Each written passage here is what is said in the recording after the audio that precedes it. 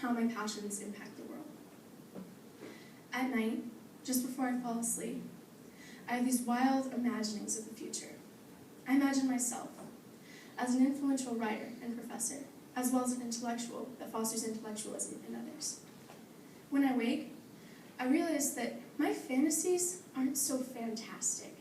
My life will be what I make it.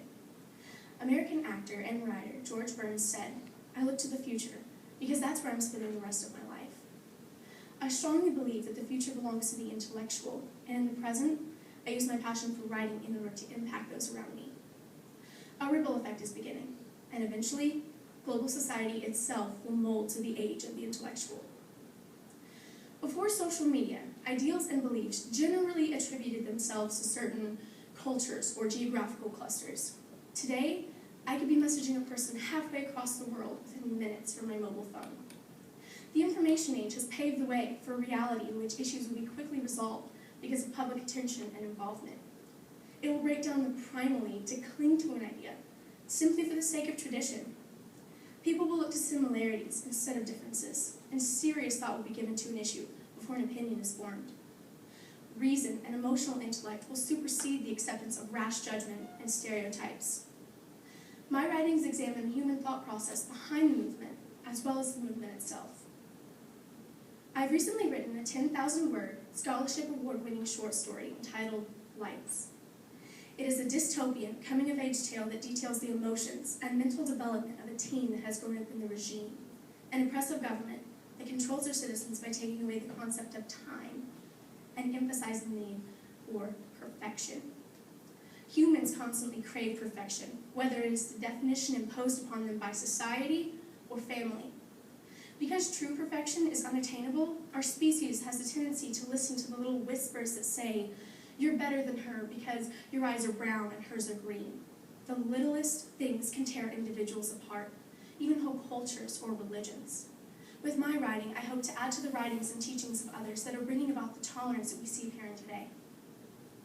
I notice more people choosing to forego polite small talk for more in-depth conversations after reading my writing. Those around me approach myself and others with touchy subjects because my essays and stories inspire them to question the truths that they have been spoon-fed by the media.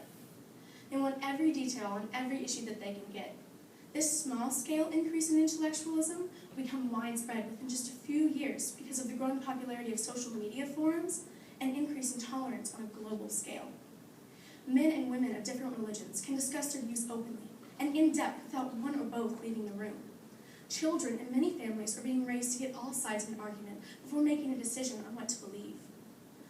Politics are being discussed on Facebook and Twitter. There's a page for almost everyone and everything today, with another being created every second. There are forums for debate online. We're open to everyone, regardless of nationality, so more opinions are thrown into the fray. My passion for writing stems from my love of words and my fascination with interpersonal interaction, as is my passion for the tolerant future that has already begun. One day, a universal respect will replace the initial suspicion that we have of those not already in our inner circles.